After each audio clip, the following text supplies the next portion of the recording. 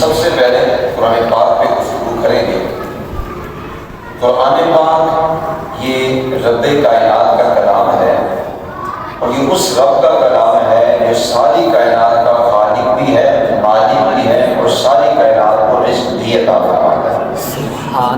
یہ کلام اس نے اپنے محبوب حضرت محمد مصطفیٰ صلی اللہ علیہ وسلم پر نازل فرمایا۔ قرآن مجید کے نازل ہونے کی جو ابتدا ہے وہ ماہ رمضان کے اندر ہے۔ قرآن پاک کس مہینے میں نازل ہوا ہے؟ ماہ رمضان۔ اور اسے نبی کریم صلی اللہ علیہ وسلم کی بارگاہ میں لانے کا شرف حضرت جبریل امی کو حاصل ہوا۔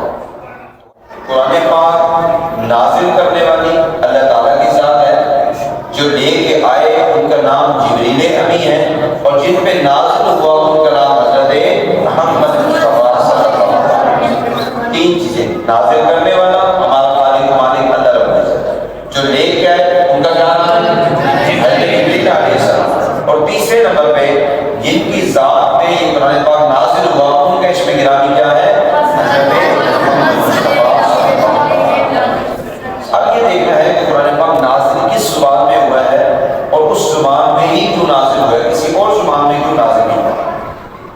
فرمایا کہ قرآن پاک اللہ تعالیٰ نے عربی زبان میں نازل کیا۔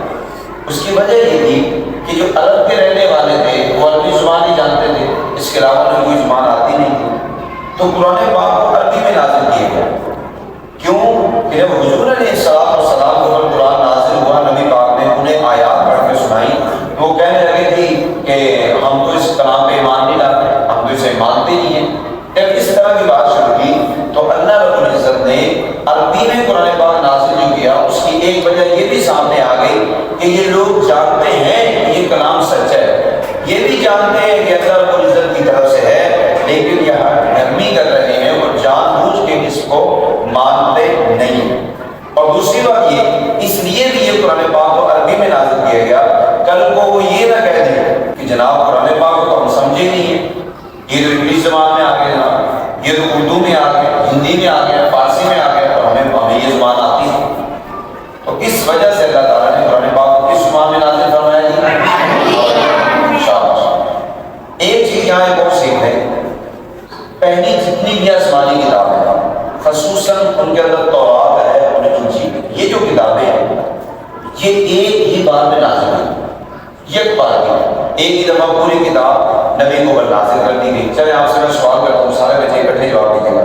مجھے یہ بتائیں کہ جو تورات شریف ہے، تورات جو کتاب ہے اللہ رب العزت کی، یہ اللہ تعالیٰ نے کس نبی میں نازل فرمائی؟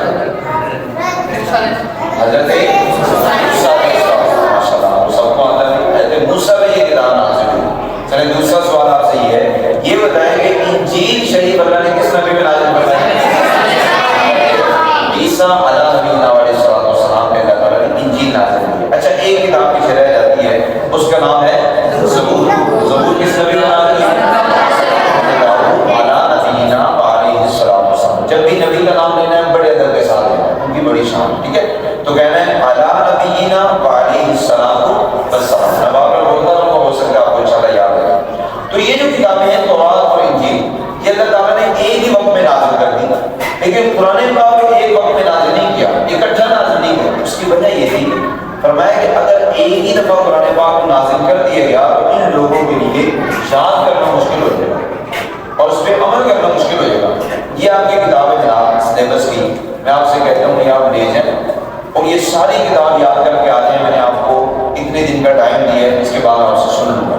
آپ کیا کہتے ہیں، ایک ہی دفعہ میں ساری کتاب یاد ہو جائے گی آپ کو؟ جب تک پڑھائی نہ جائے، جب تک سمجھائی نہ جائے، سکھائی نہ جائے، اس وقت وہ کتاب آسانی سے سمجھ نہیں آ سکتی۔ اسی لیے اللہ تعالیٰ نے قرآن پاک کو تھوڑا تھوڑا کر کے نازل کیا